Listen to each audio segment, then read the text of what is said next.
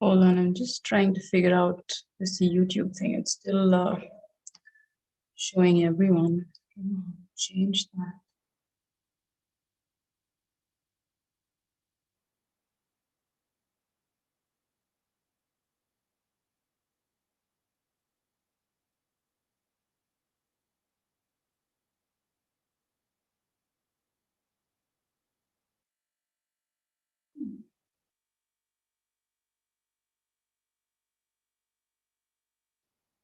Showing everyone.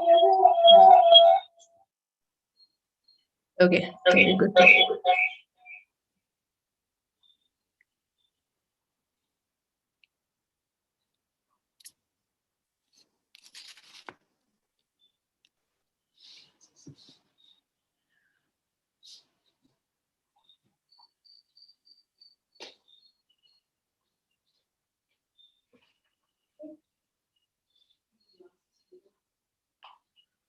You can all hear me okay now?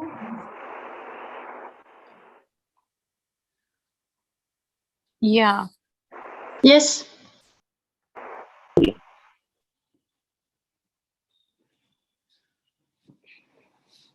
Okay. So, welcome everyone.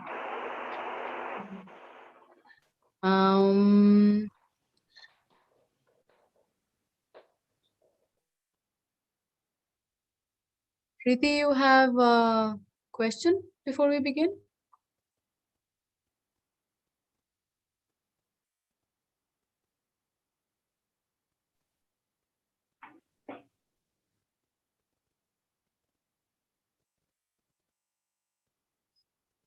Okay, so it's time. Welcome, first of all, to a very heavy topic for most people, death and grieving. Um, I've had a spate of people reaching out, um, you know, with grief related issues. It's not just COVID. I mean, a lot of issues this way and that.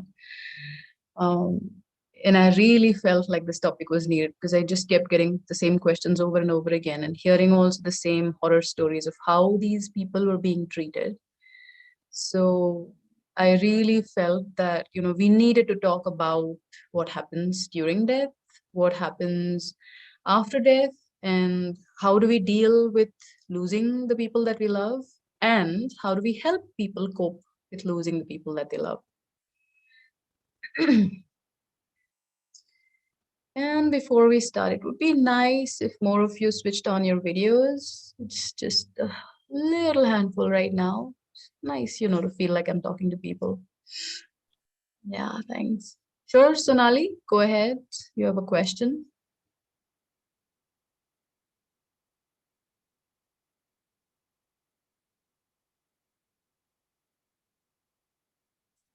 Uh, just put it in the chat if that's okay.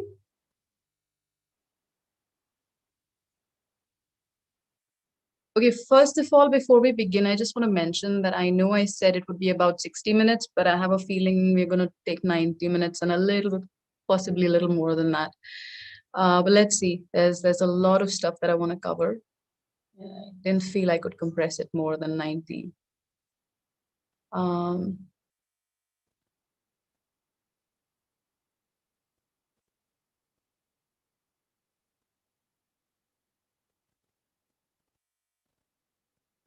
okay, so I'll deal with that later, Sonali. Let's understand the whole thing first. I'll take that at the end.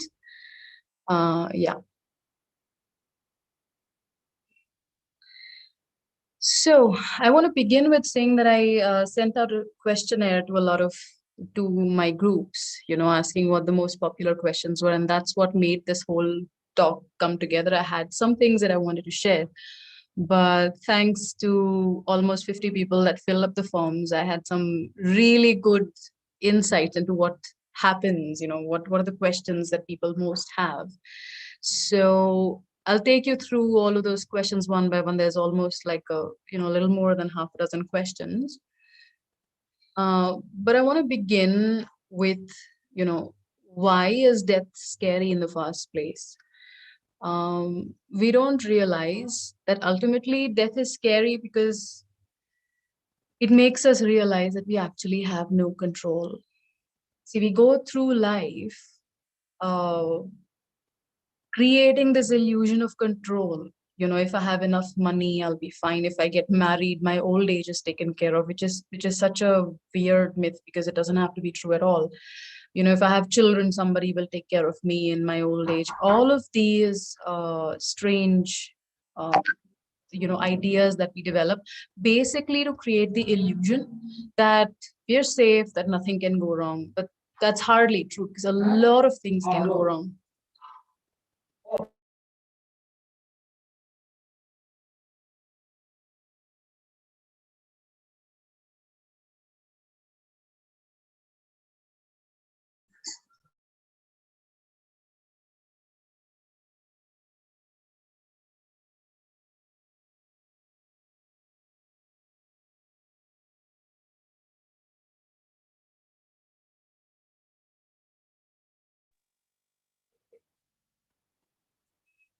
So the thing is, the earth is not exactly the heavenly experience that we imagine it is. Okay. In all my experience of past life regression so far, where we go to the part before the soul was born, many of us have to be literally kicked to be born on earth. Like we're so happy up there, we have to be pushed and kicked into these human bodies. Okay, so don't think about this whole idea that, oh my god, people are going to be so miserable and in pain after death and all. We'll come to what happens, but let's get rid of this idea first, that this is the best place that exists, and people don't have anywhere else to go. There's plenty of good stuff that happens beyond the earth. And usually it's a celebration after we go back. Okay. Uh, the thing is, one of the most popular questions I received was, can death be prevented or postponed? I mean, is this predestined?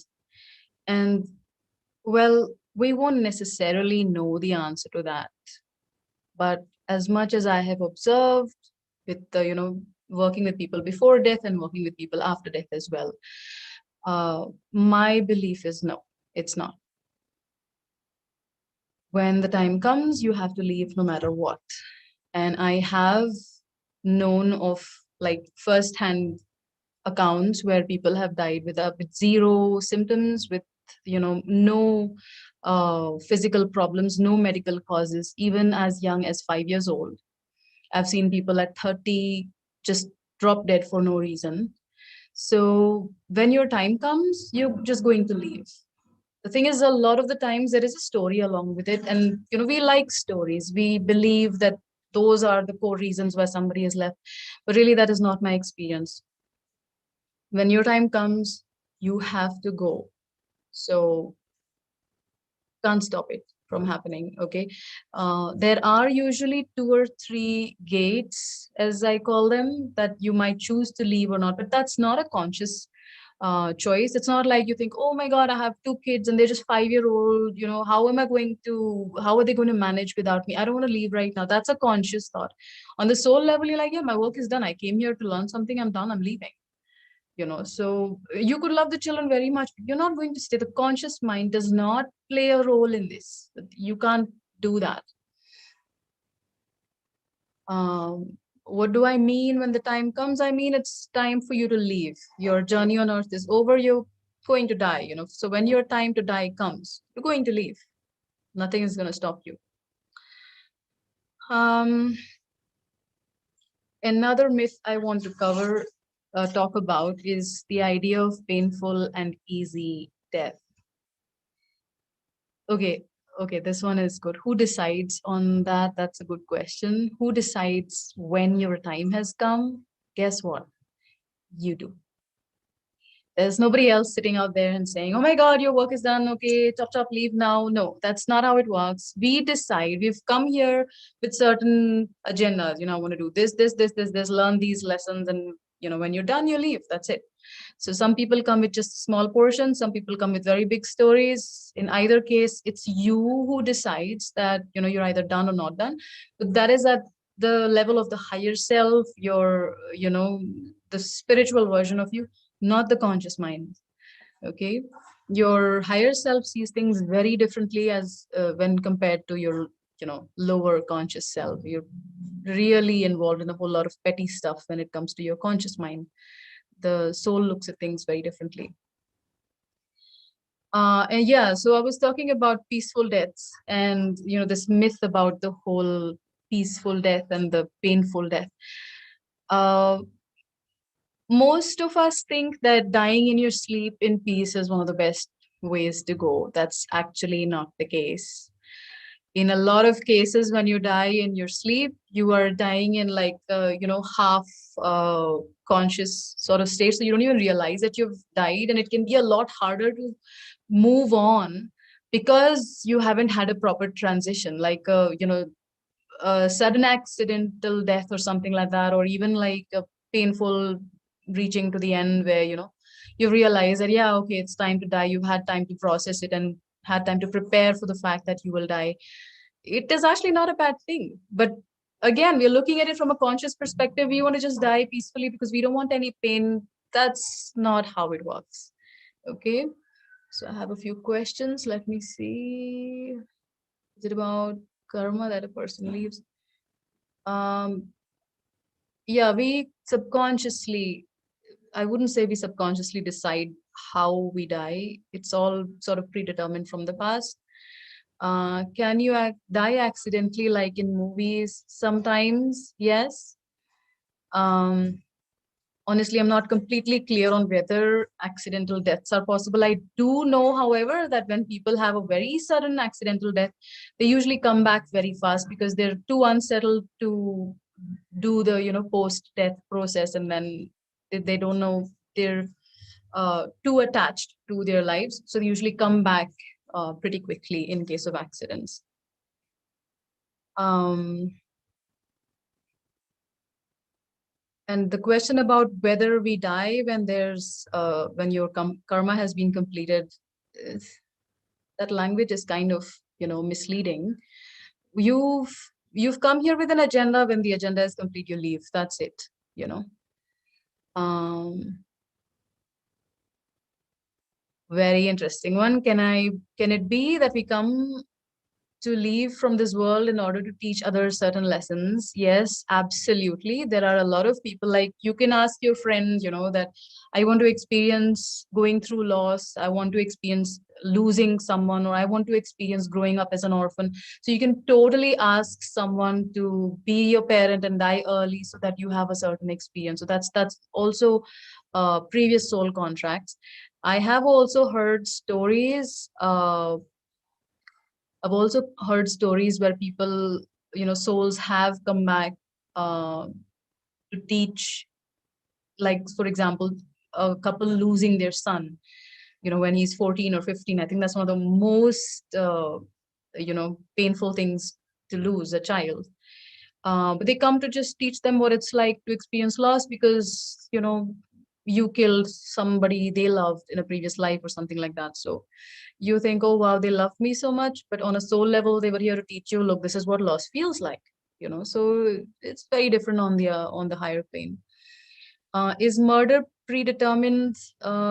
Yes, as much as I've read, but I haven't worked with anyone who was murdered in now or in their previous life, so I wouldn't know from my experience. um and no, unless you're on the spiritual pathway, you'll rarely know consciously what you have decided.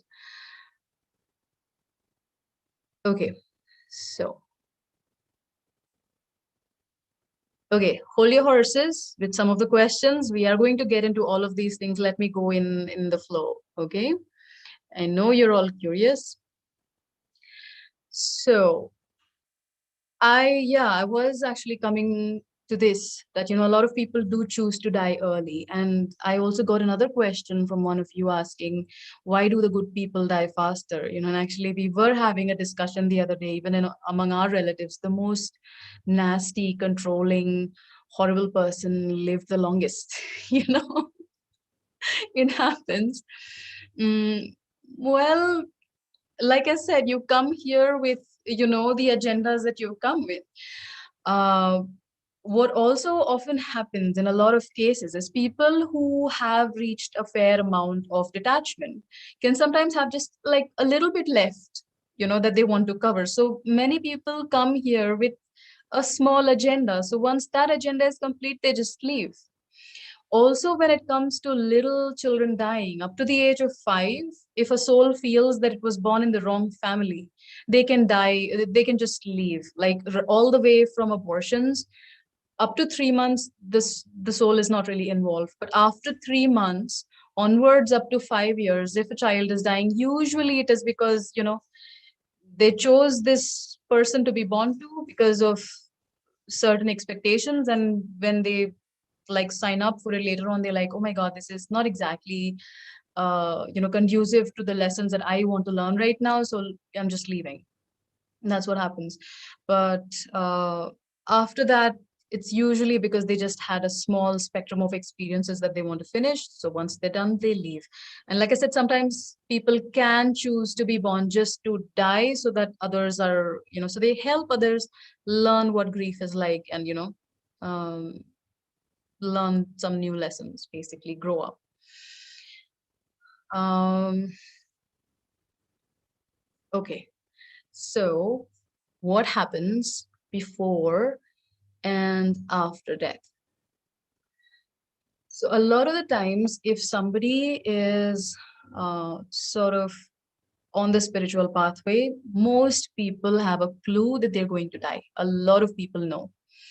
Uh, I actually know some people, even in my own family, and like I've heard a lot of stories of clients, family members, and stuff like that, where people knew they were going to die. There was no terminal disease or anything. They were completely healthy, but they just knew that I'm going to die. The most recent case, someone was telling me her grandmother said, no, we will not be celebrating this birthday, the coming birthday. I'm going to leave before that. And of course, nobody wants to hear stuff like that. So they're like, no, no, I mean, what are you talking about? And she ignored it. But then that was true. I think she died a week before her birthday or something like that. They did not celebrate that year's birthday, which was, I think, a special one or something like that. So in a lot of cases, people do know, and they will often close off the chapters, make their wills, and get things in order, say their goodbyes. One person I know actually called his entire family and gave them some, I think it was a lotus or something, because that's like the thing to close off karma symbolically and stuff. So a lot of people do take action just before they're going to die when they know.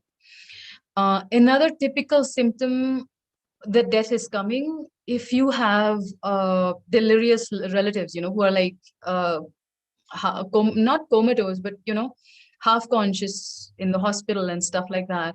And if you hear them talking to their dead relatives, like they start saying hello mom, or hello to the grandmom, or something like, oh, the grandmom is standing there, that death is very, very nearby. Usually these people come to receive you after you die.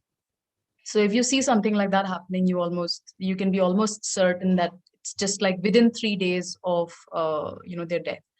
So be careful, don't say anything nasty, and just say your goodbyes nicely. However, and I think a couple of you have asked this question as well, hospitals, in my observation, can mess the timelines up. A lot of the times I can sense that the death process has begun, but once they are in hospitals on the ventilators, they can just stretch. So then it's like the soul is like stuck, and often when we sort of send healing, the soul can move on, but not always, the relatives are open to something like that. So that's just something to keep in mind. Ventilators can stretch the process. Otherwise, it's not necessarily a long drawn thing to leave the body. And another very, very interesting question that I got was, is there a right way to leave the body? Because especially in India, we do say that, depending on how evolved you are, you're going to leave from one chakra or another.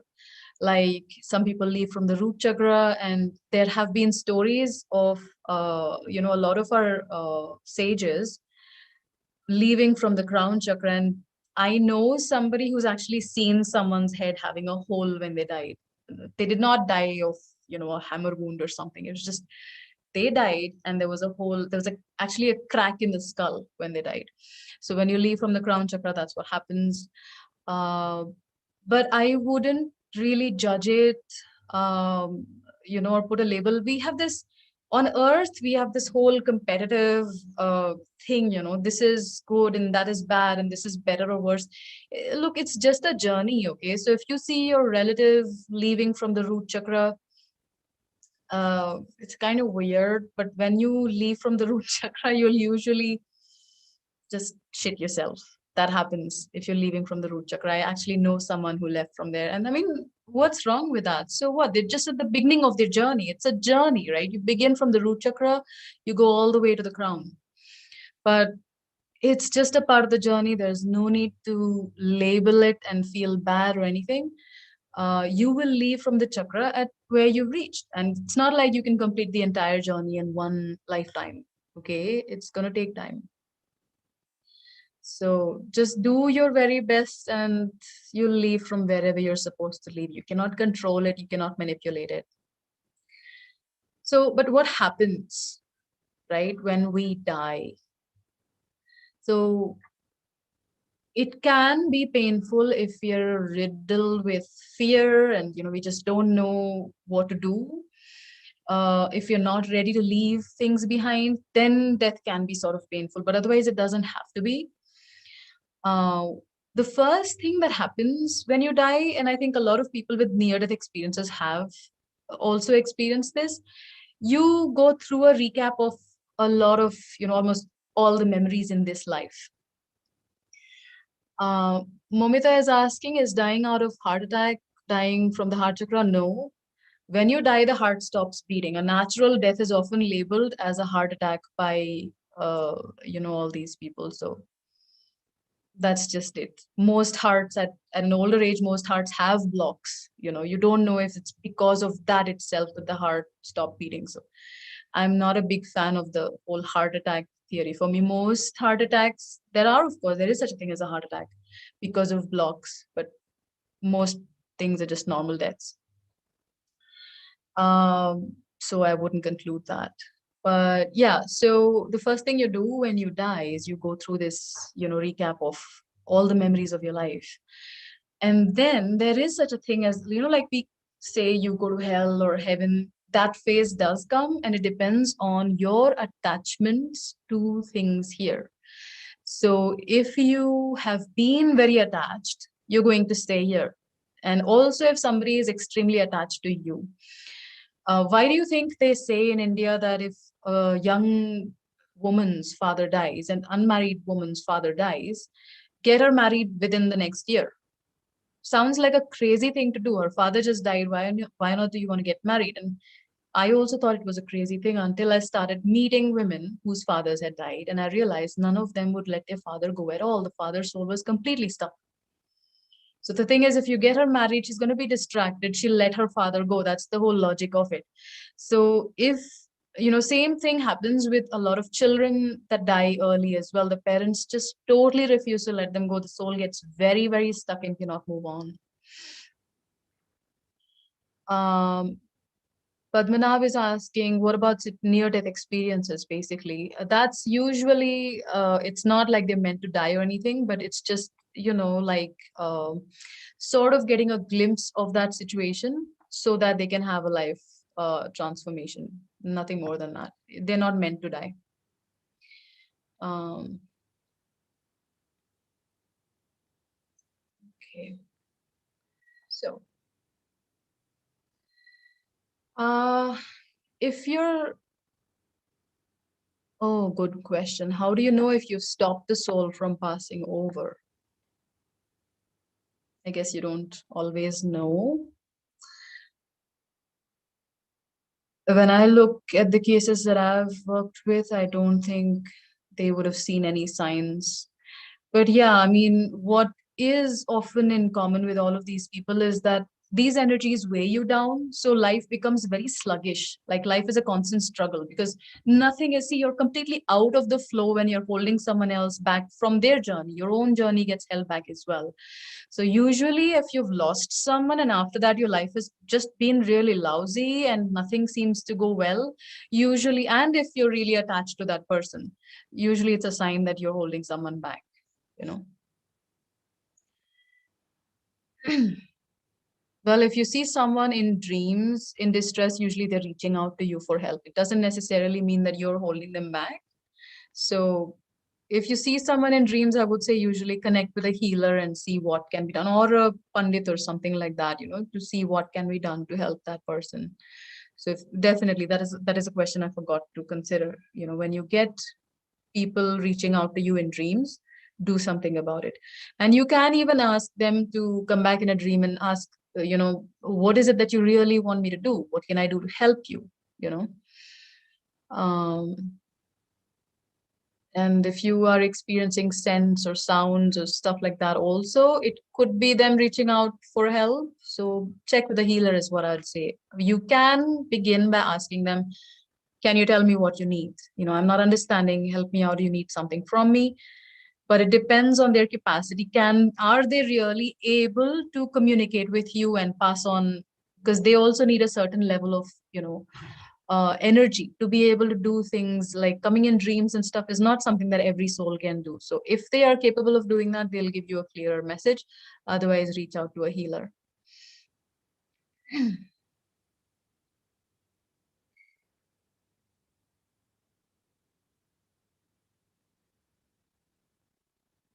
Okay. Now, so I was talking about what we can call the hell aspect. If you don't have very heavy attachments, if you are more attached to your happy memories, then you go through what we call the heaven phase, where you have, where you sort of relive. And you can, of course, have like the heaven phase happening after the hell phase as well. So you like finish off all your attachment phases. And then you go through the heaven phase where you experience all the happy memories. And, you're like, some of them are just running through fields, happy, wind in their hair, or eating everything they want, stuff like that. So that's the heaven version of it. Uh, and actually, after all of this, is when you go through what is called amnesia. So, I mean, it's kind of not necessarily linear, but usually after death is when you go through amnesia for about 3 months because the shock of death is so much that you forget who you are. Now, for you, you are just this body, right? This is all you know. But for the soul, it's just one among many, many, many, many stories. So you kind of forget who you are and you kind of get mixed up with all your previous lives and your previous memories. So your son in this life could have been your mother in the previous life. And now you're like, mom, I miss mom, So it can be very confused and very mixed up for the soul. So normally we recommend, not trying to bother them at all for the first 3 months. Um, so after the amnesia is when they start moving on to other dimensions after they've like gone through the whole what we can call the heaven and hell experiences. They start moving on to higher dimensions, going through learning lessons, meeting their teachers, and all of that. um, if you want to read more about this, there is a book by Michael Newton called Journey of Souls. Very, very good book. It explains everything in a lot of detail. And if you're really curious about what happens after death, read that. If you want a funnier version of this, you can read this book. I think it's available even online for free. The Afterlife of Billy Fingers. It's a very light, almost fiction type read. The Journey of Souls is more serious, but the Afterlife of Billy Fingers, it's a nice but true story of a woman whose brother reached out to her after he died. Um, so it's after you go through this whole death process, moving on to the other dimensions, that a part of you can sometimes reach back and help some of the people on earth. Some of them act as spirit guides, not all of them, only if you do have a deep connection with them. Just because you miss someone does not mean that you have a very strong connection with them. That's a misconception. Actually, it is more often when the, equation is more peaceful, and a, a good connection, usually because you're connected with the heart, so you don't actually feel their absence so much because they are around helping you. So if you're experiencing very severe grief, chances are it is because they have completely left, and now that that's left a huge void with you. um so they can come back. This is different from a soul not being able to move on at all, which is what we would call the ghosts. That happens if they haven't been able to make the journey at all and they're just stuck. And what happens in those cases is there's a short time period where you have the required help in order to move on. Now, if you're too attached to, your stories on earth, then what happens is you ignore all those signs. You're like, no, I'm not ready to go. I'm not ready to go. And then that window closes. And then you have no memory that there is a possibility of going somewhere else. You have no idea how to go there. So in such cases, people can often get stuck on this plane, on the earthly planes, like between the earth and the energy. So when that happens, that's when you start, getting really stuck as a soul. So very often, if you're feeling scents and smells, unless they're just trying to reassure you, it could be that they're still stuck. Okay, so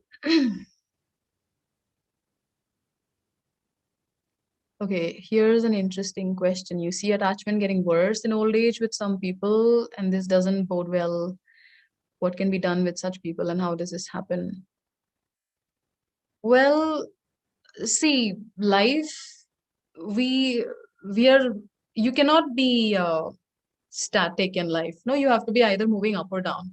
So depending on how much work you've done on yourself, either you're going to get like more attached or you're going to get less attached. So that just depends on the path that you've set for yourself. And unless you choose to do something about it, which is rarely the case, nobody else can help you. So you can't really help your parents or the elders in your family be more detached. What you can do if you want to help them is to really work on your own fears when you see their attachment. So deal with your own fears. That can open up the space for a lot of healing in many cases.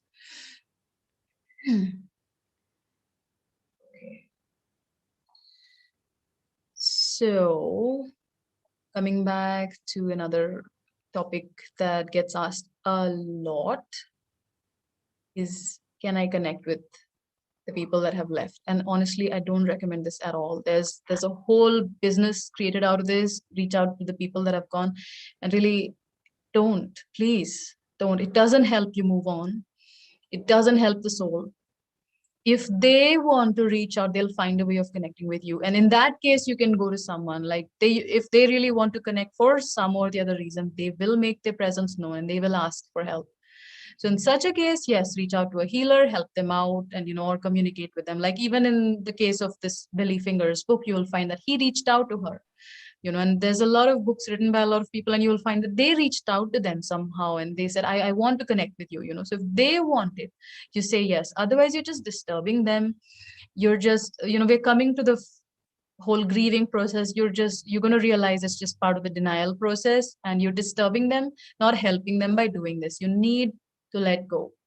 The best thing you can do for someone who's dead is to let them go. Give them the space they need. They're done with this life. Let them leave. It's not easy at all, but it's what's best for them and also what's best for you. Another question I get a lot is, what can I do to help them? There's nothing you can do to help them if you're not able to help yourself first. If you're not able to let go, if you're not able to let them go, they're not going to be able to move on smoothly either. So if you're having serious trouble moving on, get therapy, get help, help yourself, and that will release them as well. And like I said, if they really need help from you, they'll reach out. So, yeah. Next, let me just check the questions. Yes, when the dead reach out to you, that means they're still stuck. Absolutely. Um, in case of a parent's sudden untimely death, how can we make sure that the soul has left peacefully? Very good question. It's never easy. It could be a parent, it could be a child. That's absolutely the worst I've seen. When people lose, children, it's almost impossible. That is why I said get therapy. Look, you're not even trained to handle anger properly. We don't receive any emotional education, especially in India. I know in Scandinavia they receive, a fair amount of emotional education, but in India we receive zero. All you're told is don't cry, or girls cry and boys don't and stuff like there's zero emotional education. You don't even know how to cope with your anger. Anger is seen as a normal thing. Shouting and breaking things is not, seen as something wrong at all. How are you going to cope with something as huge as losing a parent, or your whole idea of life is shattered? It's a big deal. It's bigger than what we would consider breaking bones, and you would go running to a doctor if you broke a bone, right? Here's your heart shattered in a couple dozen pieces, and you're just gonna wing it, cope on your own. No, you can't do that. You need help. So please get help. And it is possible to heal very rapidly, more than even I imagined. Like just 2 days ago, or is it yesterday? No, 2 days ago, someone reached out and said somebody was, really hysterical after having lost a family member just a day ago. And I was like, what? It's just one day after losing a brother. What are you expecting? But I said, let's heal anyway and see what happens. And the difference was very huge. She was just in one healing, she was significantly calmer, which was honestly surprising to me as well. So it's far more helpful than we realize, but you need help, especially given that nobody else knows how to help you either. The way relatives help is often not exactly the most ideal. Uh, okay, here's a very good question as well. What do I do if the person wanted to do something very badly, but they left? Well, they'll usually let it go. If they really want to do it, then they'll reach out in some way and let you know that there's still an unfulfilled wish that they need to, get done with before they leave. Um, Okay, I'm going to move on to coping with grief. So, if you have any questions about the death process, you can ask me now. Uh, you're asking me reach out, as in they will reach out to you either through a dream, or like the others were saying, you might get a smell of them, or something very consciously. Like you'll know that they reach out when they do. One of the most common things I've seen, and this is a positive one, like if the soul has moved on and wants to reach out to you, one of the most common and easy ways for them is to just send butterflies. Like I have seen so many of my friends and peers just seeing butterflies all the time when someone moves on and wants to send a message to you that I'm doing well, don't worry about me. You see a butterfly in concrete jungles. It's really crazy. Some people see it every single day. Sometimes I know a friend who lost her dog, and the next day she saw like 30 butterflies in the middle of Bangalore in her balcony. um,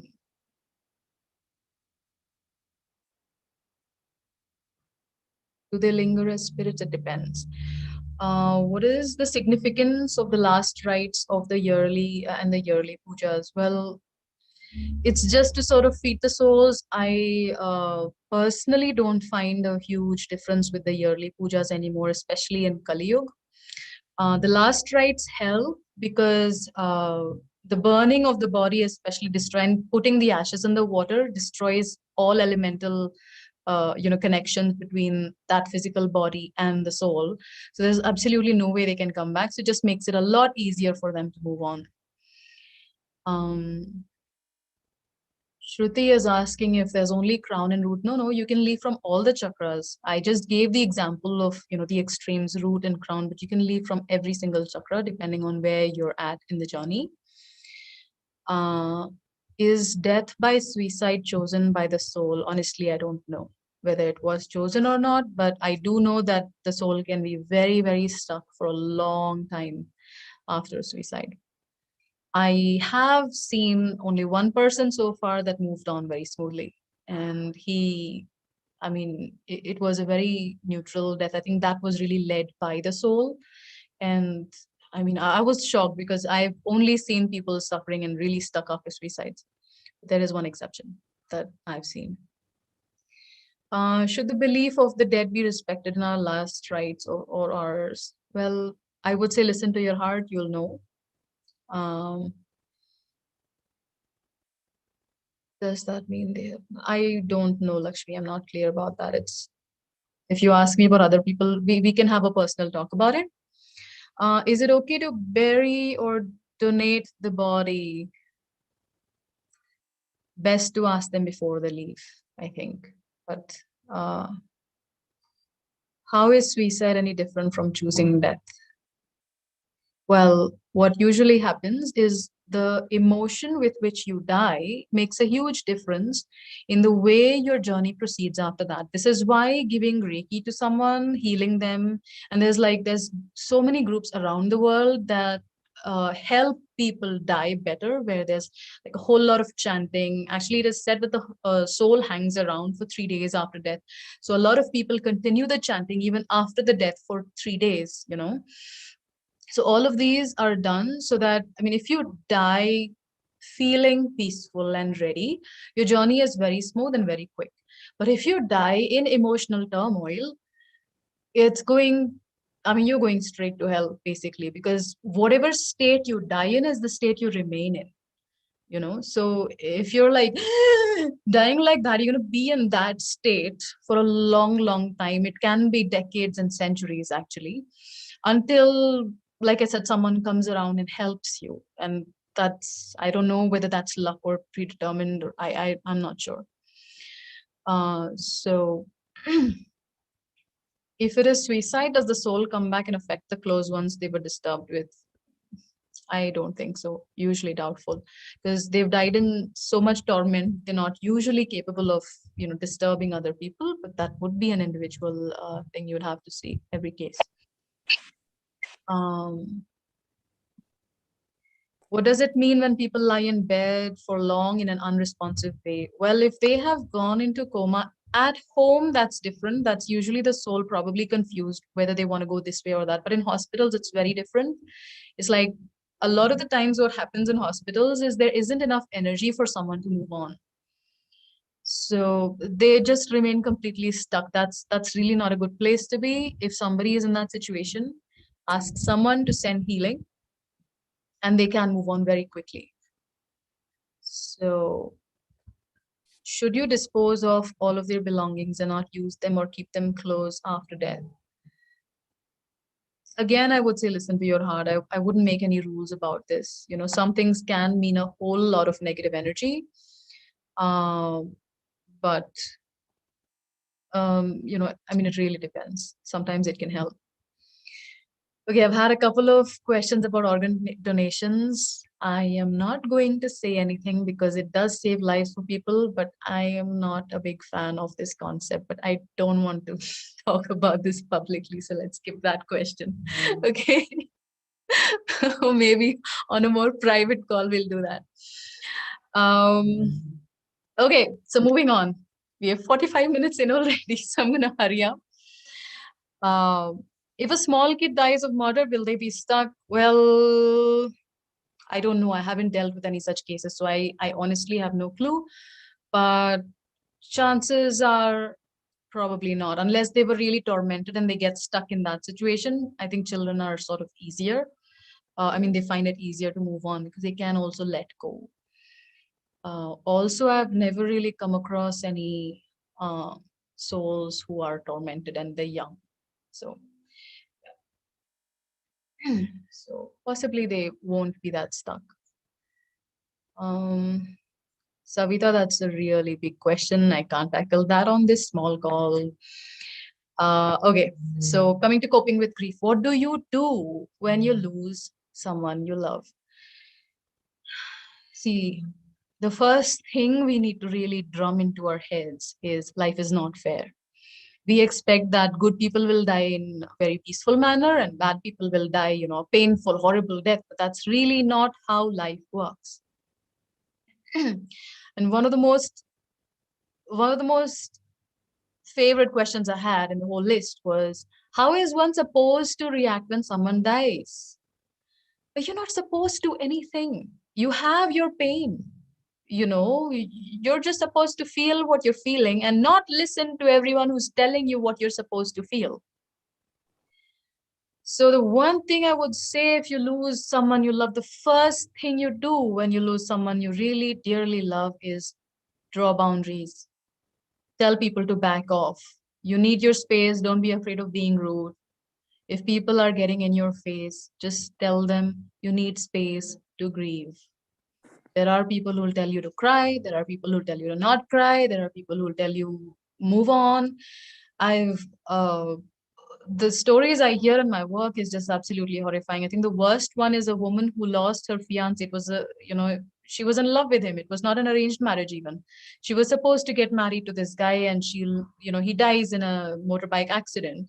And 1 week later, her parents are like, how much more are you going to cry? Aren't you done already? Come, let's find you another guy to get married. And she thought they're right. And she came to me and said, something is wrong with me. I'm not able to move on. My fiance just died a week ago and I'm not able to move on. I'm like, it's 1 week. So the first thing you need to realize is you need a few months at least, especially if it's a close family member, give yourself at least a few months to be able to move on. You're going to feel pain. It is painful, you know, and if people are telling you stuff and making you feel worse, ask them to back off kindly. Just tell them, this is not working for me. I need my space. Please just leave me alone for now. I'll be fine, you know.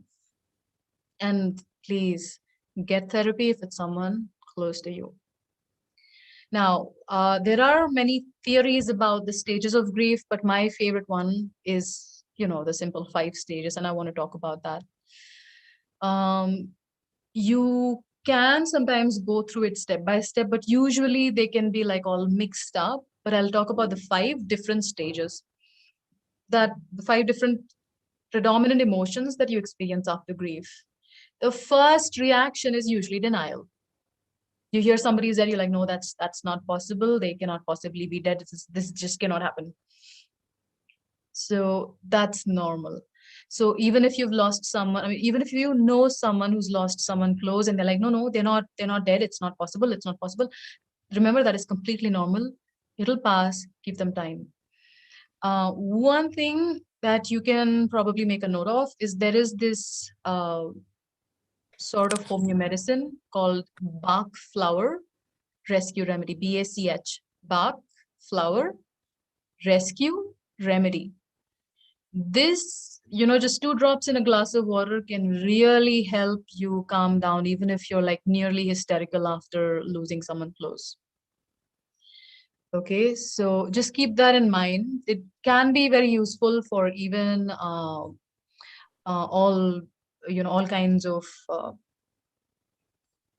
sudden emotions that are very intense, like shock after an accident, and intense anger and stuff like that. So the first step is denial, saying this hasn't happened. The other thing that you tell yourself in denial is they will come back. They'll come back in some way. They're going to be born as my baby. I'm going to try having a child so that they'll be born again. Well, no, if they want to come back, they'll make you have a baby. You don't have to. They're not going to come just because you decide to have a baby. It's their choice, and maybe they don't want to come back.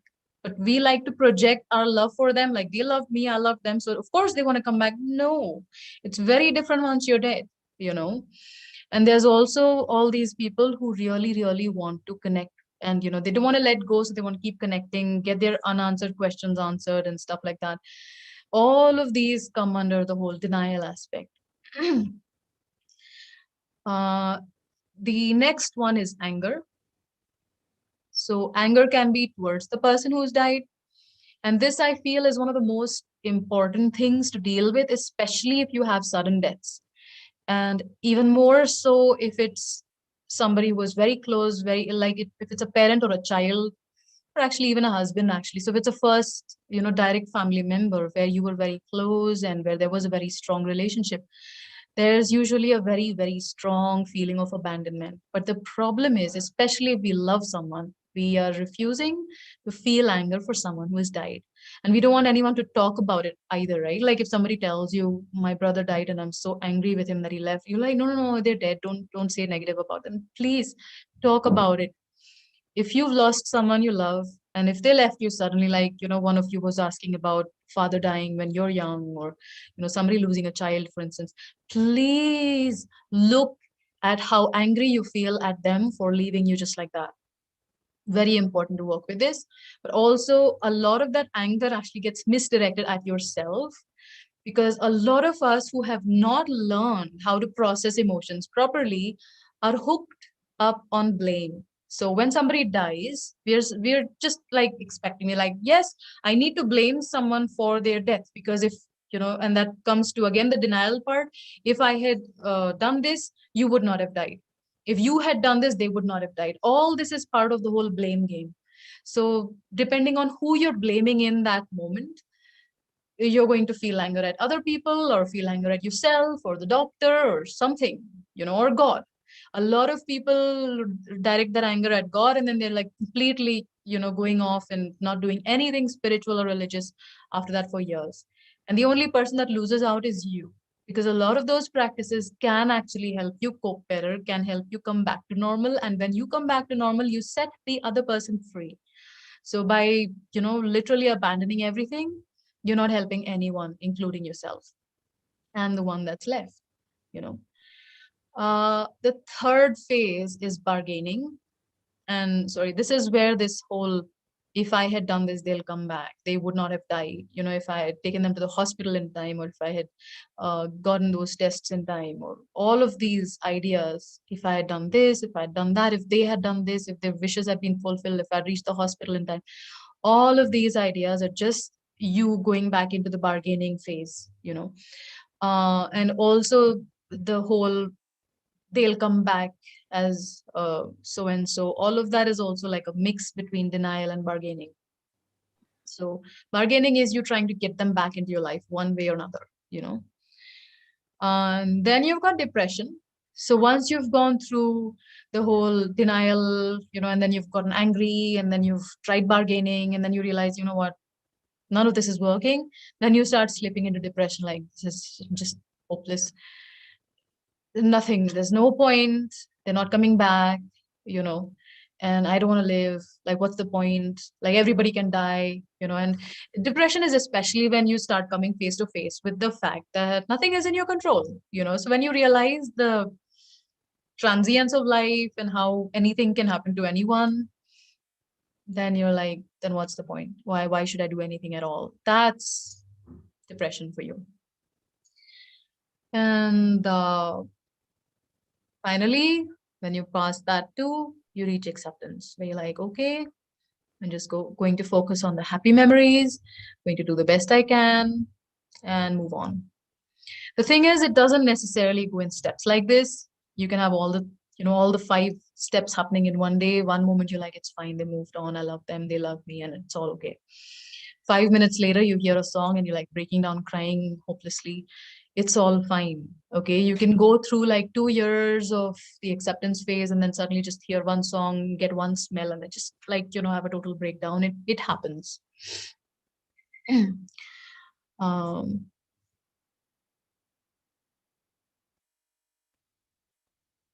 okay. So next, one of the most important messages I want to get across to anyone who's lost anyone is, please look very carefully at guilt and regret. Okay. So these are two of the most useless emotions. But see, the thing is, think about someone that's died that you loved very much, and ask yourself, are you really okay feeling, you know, very mild emotions towards them. When someone dies, we actually want to feel intense emotions because that's our way of connecting with them. And negative emotions are far more intense than positive emotions. So it's part of the whole bargaining. If I keep myself depressed, if I keep myself angry and hurt, and they'll come back to rescue me in some way. No, nobody is coming to rescue you. There's also this whole guilt of they have died. How am I supposed to feel happy now? Like, it's almost like you're letting them down if you're happy. But think about it. If you died, would you get a kick out of everybody feeling miserable for a year or 2 years and ruining their lives? Nobody that loves you will be happy to see you do that, you know? And more than anything else, see what happens is when they die, I told you, they go through a recap of the whole thing. So a lot of people are like, I did this, I fought with them just before they died. And, a lot of people tell me this. Like I hurt them just before they died. And, they did so much for me and I couldn't even be grateful enough in the last moments. Now think about it. Just imagine that for a moment that you were dying, okay? You were dying, this person who is, has loved you their whole life, done a whole lot of things for you. You've been like in the hospital and, you've been bedridden and stuff. They've done everything for you. They've lost their mind sometimes because it gets too much for them to handle. And, just before you were leaving, they just got angry and shouted at you. And then you die. And then you go through a recap of your whole life where you see all those amazing, happy memories where they made you happy, they did things for you, where you can see their love. Because after death, the perspective is very different. As a human being, you only know what you see and what they do for you. But after death, they actually feel, they know what space you were coming from. They see all the love. I mean, you see all the love this other person had for you. Will it still matter what, small screw up they had in the last moments? They don't care. Only you do. Because for you, that's all you see. But they're having a recap of your entire journey together. So they don't care. Okay. Because this is one of the biggest challenges I found people struggling with after someone moves on. I did this, I hurt them. What do I do? How do I, heal it? And I'm like, they don't care. They moved on, and you should too, because it doesn't matter to them. So the other thing I want you to, just keep in mind is one simple question. Is your guilt real or perceived? Like there are cases where you're actually responsible for someone's death, not human beings. I've not worked with anyone, thankfully, who has been responsible for another human being's death. But I think absolutely the worst form of grief is when there's a real guilt involved where you have caused the death of another living being. Usually it happens with pets where you've, fed them something thinking that, this will help you. And then they just turn up dead. I've been through this as well, and I know, like I've seen loved ones, loved human beings die and moved on. And it's taken me months and months and months to cope with this. I was just discussing with another friend the other day. She was talking about giving brandy to her parrot because it was sick, and the next day it's dead. And she said, I just couldn't move on for years, you know. Now that's real guilt. You've literally caused the death of another living being by doing something stupid. That's an absolutely horrifying emotion. But when you're using this perceived guilt, I should have taken them to the hospital, I should have been this, I should not have gone to work. All of this is perceived guilt, you know. So very important to remember these 5 steps and categorize. If you want to be able to cope with the grief of of the loss, what really helps is the moment you have a thought, categorize it. Is this bargaining that I'm doing? Is this anger? Yeah, I think it's denial right now. Oh, this is the depression phase right now. So once you start putting a label to it, it becomes more manageable. You're like, ah, okay, this is normal for me to go through right now. Don't take your thoughts so seriously because you are going to have these thoughts. You're going to have thoughts that tell you nothing has gone wrong, nothing, everything is just fine the way it is. Nobody is left, everything is fine. He'll call you in the next 5 minutes. You're going to have thoughts of anger and frustration and irritation at yourself and other people. So when you have it, just label it. And then, you know, once you do that, you start creating a greater distance, and then slowly you just like, yeah, it's just a thought. I don't have to be I don't have to be taking it so seriously. Oh, that's a very good question. How can we deal with the guilt of losing a pet in similar circumstances where we had to put it down? Get therapy, I would say. And the same thing, just realize that oh, it was something that is going to cause you guilt. Write about it, journal, get therapy. But also realize that it's normal for you to feel what you're feeling. What I have seen in a lot of cases like this is that, especially when it comes to animal, you receive like tremendous support. Like this friend was also telling me how for, I think I may be wrong, but I think for 10 years she had all these animals reaching out to her for all these wounded animals. She said every single day I was rescuing animals every day. And that happened after that incident of the parrot, right up to the point where something happened in her life and she was able to set herself free from the guilt of killing the parrot. She had animals to rescue every day. With me also, I don't want to talk about it, but I also had like a really special incident where I was like, oh my God, so you've forgiven me, So, and that just kind of set me free. So usually if it's involving animals, you're going to feel it for a while, but I think at one point, something happens and you can move on. Give yourself time is what I'd say. Hmm, good question. How about if you had to make a choice about the ventilator, keep it on or not? Well, uh, when it comes to ventilator, look, uh, usually keeping someone alive artificially is rarely healthy for the soul. So it's a tough choice for sure. And again, I would fall back on listen to your heart, connect with the person, and when you get a go ahead from them, where's the guilt going to be in that case? So yeah, okay. So okay, and another aspect that I really want to talk about is the people who have lost someone they love after a huge period of suffering. This is sometimes one of the worst ways of losing someone because you're like, I'm glad they went. I'm glad they stopped suffering. But you know what? You've still lost someone you love. Just acknowledge that you're still going to go through the grief process after you've lost someone, and there's no need to tell yourself it's a good thing and it's wrong to grieve they're going away.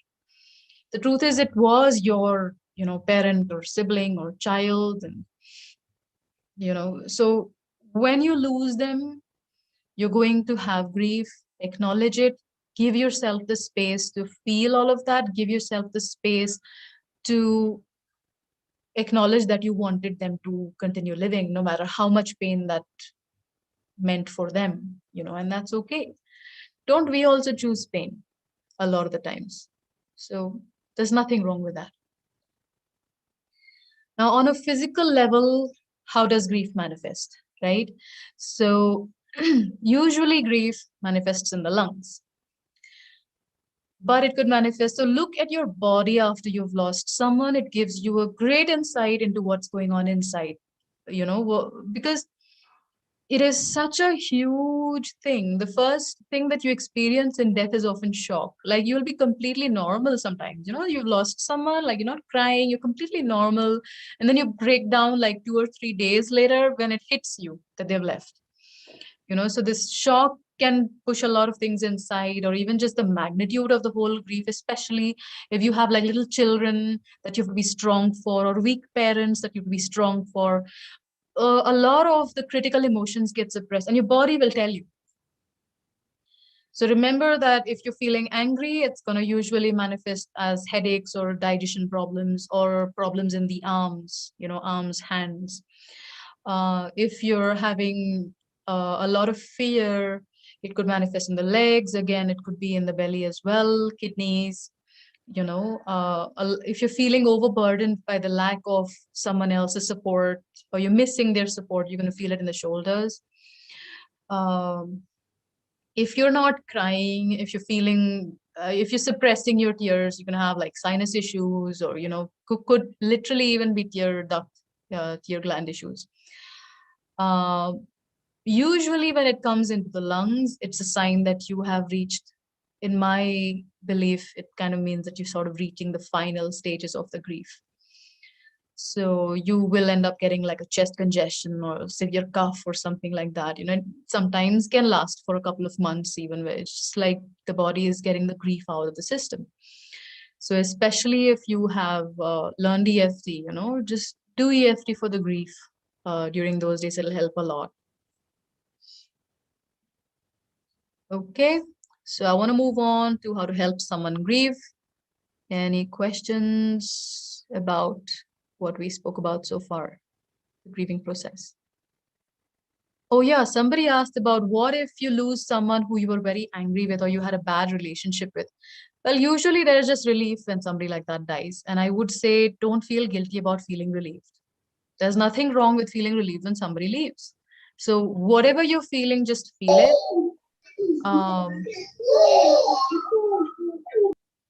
And if you feel, really shaken because you have unresolved emotions towards somebody, like, maybe you wanted to hurt them back and then they died and you're feeling just upset, like, I can't hurt you any longer, then again, I would say go for therapy, get help so that you can resolve those, difficult emotions. um, yeah, I think that's mostly it. And then, how can I help someone else grieve? Just be there for them. That's all. Don't tell them what to do, you know, except for maybe forcing them to eat when they, just don't want to eat at all. Make them soup or whatever. Take care of them. But please, please don't tell them what to feel. Don't tell them what to think. If they're crying, just sit and witness what you feel when you see them going through this. There's nothing more, beautiful than that. So just sit next to them, ask yourself, how do I feel when I see this person in so much pain? I feel so helpless right now. So feel helpless. So when you process your own emotions sitting next to them, you actually help their bodies process their own emotions as well. It makes a huge difference, and it will help them cope with grief much faster and much more easily. Okay. Um, and oh, yes. When you hear about someone who has died, please don't compare your own journey with them. Very, very important. Don't tell them things like it's good that they left, stuff like that. They're in a better place, one of the worst things to say. Just be gentle, tell them how you feel, like I'm really sorry for your loss. I'm here for you, you know. More than anything else, stop for a moment and say, how can I be there for this person? Rather than how do I want to be there for this person? What do they need from me? Okay, Rashali has a good question. What do you mean by process your emotions? Sit and feel them. Don't deny them, and just sit down and like allow yourself to feel it very deeply without trying to make it go away, without distracting yourself, without trying to act on it. Like if you're angry, I don't mean go and shout at someone. I mean sit down and feel the anger and like take it very, very deep, see where is it in the body. How does it help them? Because we are collective beings and your vibrations affect the other person's vibrations. Think about it like this. Suppose you're in a car and the driver bumps the car into someone else's car, and that car turns out to be full of goons, and then they come out and they're like you know holding your driver and giving him a good shakedown and saying, oh, well, who do you think, what do you think you're doing? And you're sitting next to someone, you're freaking out now, and you look at this person and they're genuinely completely calm, and they tap you, on the thigh and say, yeah, it's okay. you know they're really calm. Are you going to calm down or not? Whereas now imagine this, that you look at this person like, oh my god, and they're like, calm down, it's okay, calm down, just don't freak out, it's okay, calm down, stay calm, stay calm. Are you going to calm down? So when you process your own emotions, you lead by example. And I have done this across countries. Like people didn't even know I was doing this, and they have stopped crying in that moment. So it's an extremely powerful practice. You need, practice to get there, but once you do it, it's really amazing. Someone is asking, my mom never comes in my dreams. What does it mean? No sign at all. Nothing. It doesn't mean anything. It means they moved on, and they don't have anything that they want to reach out to you for. So they don't have to reach out unless they need help. You know. Um. Okay. That kind of covers how you help someone grieve. Do you guys have any questions regarding how to help someone else grieve? I don't think I've covered everything so far. And next, this is one of my favorite questions. And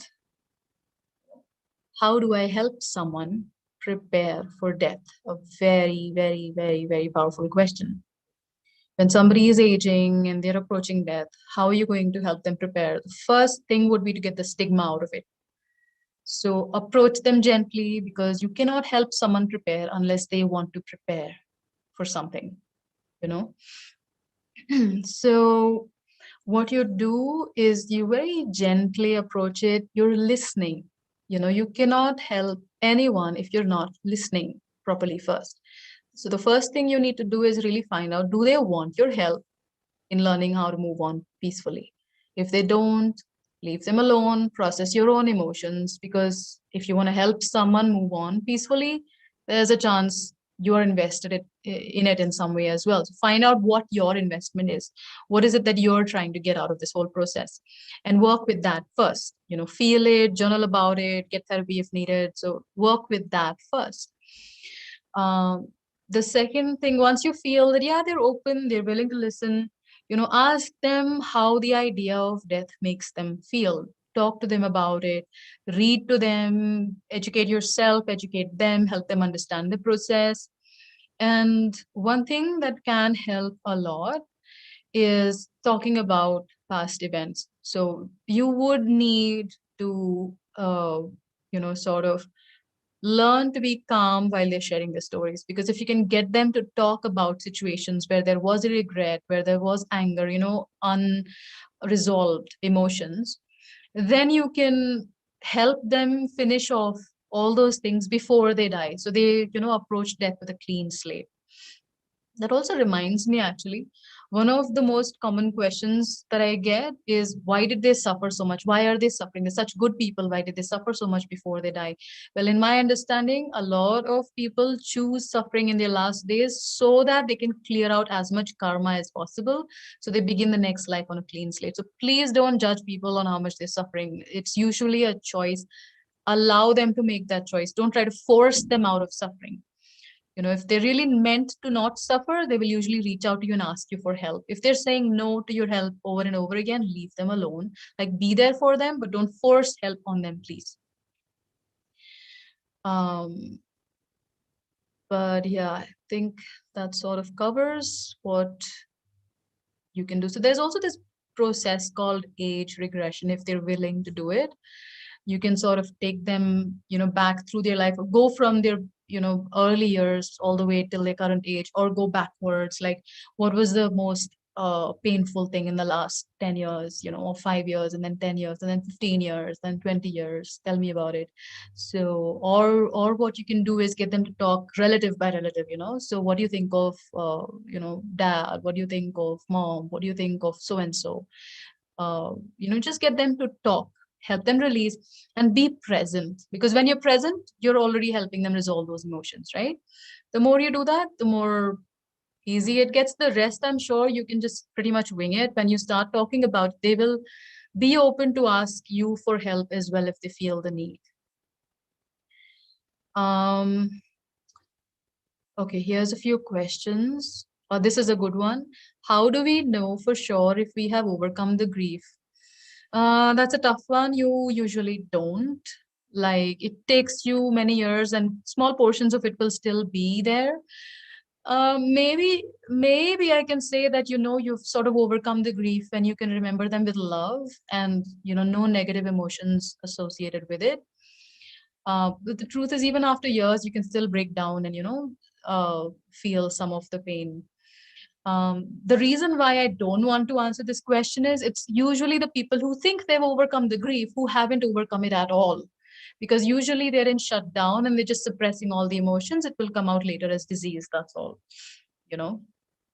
Especially if you've lost someone, look at the timelines and see if some specific problems began at the time of the death or within 3 or 6 months after someone dying. That will tell you a great deal about how well you're processing the emotions. If there's been like minimal illness, then chances are, I still won't guarantee it, but chances are high that you're processing it relatively well.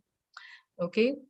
Um, do you think remembering someone who passed away makes it difficult for the soul? No, remembering something, there's nothing wrong with that. But how are you remembering? Are you remembering with a great deal of attachment and like I wish you were here and you were supposed to, and I don't want you to go? And if that's the kind of remembering, yes, it's going to hinder their journey.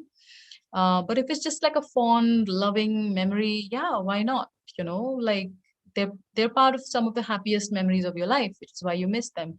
Keep your focus on the happy memories. Do proper last rites assure that the soul has moved on peacefully?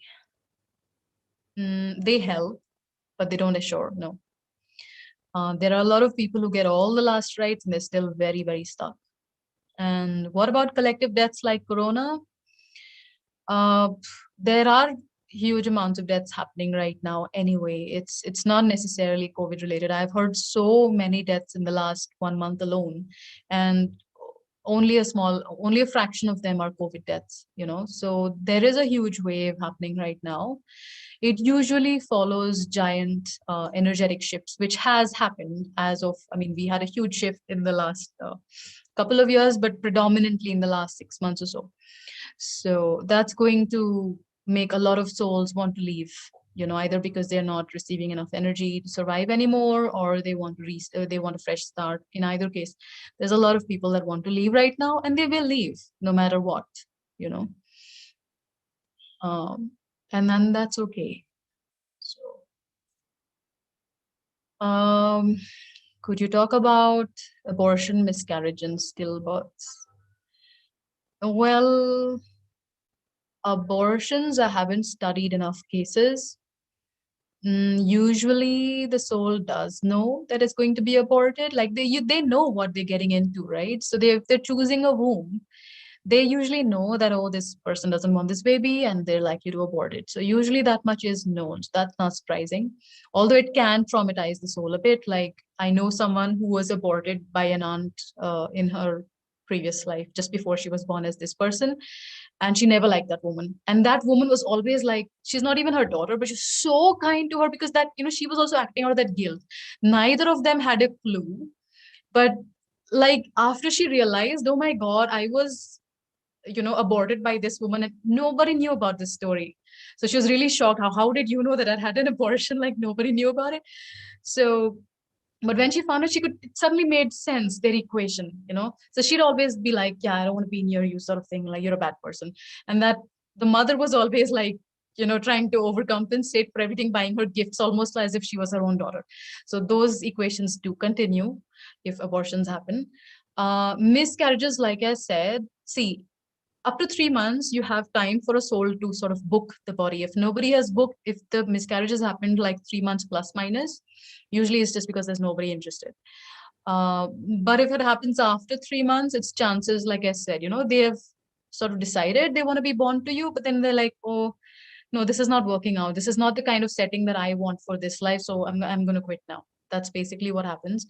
Stillbirths, again, I have absolutely no idea what happens, but chances are high that that is part of the life lessons, because I mean, stillbirth is also probably one of the most traumatic things to go through, so that's definitely part of your life lesson. So chances are that you have a soul contract with that soul to put you through that hell.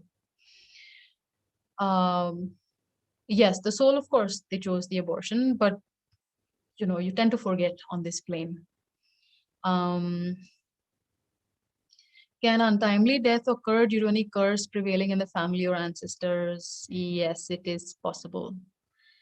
How can a person in shutdown after death of a loved one be helped? The person unwilling to talk but suffering physically. You cannot help someone unless they want your help. Please remember that. Don't try. Be there for them. Resolve your own emotions. Don't try to help people that don't want your help because it's part of their journey. They need to go through it. That's why they're asking you to back off. Um, if we are a soul and we have a journey, then how come the population is increasing? Why would it not? Like everybody is just coming back as humans because none of the other beings are being allowed to survive properly, no? So, like, I don't really know the answer, but I mean, we can speculate. So it's just part of like everybody who's anybody is practically down on earth right now. So, yeah, we do have a large population when it comes to soul, and there's plenty of planets to be born to. It's just the Earth's journey right now as well. So, do we really choose our parents? Yes, we definitely do. We totally choose our parents, and if they've tortured you, you've totally chosen the torture as well. So, every single really difficult situation in your life was chosen by you. Now, before you guys start leaving, I would really like a photo with all of you. So, would you please switch on your cameras and give me a nice smile?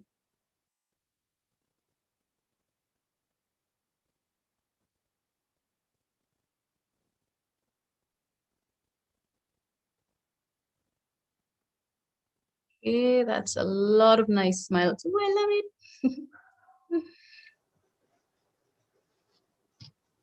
Okay. Oh, let me turn on the chat here. So, give me a moment. And okay, give me a nice smile now.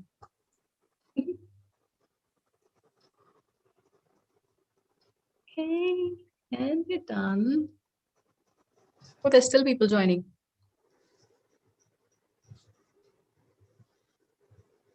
Okay, done. So, thank you. Let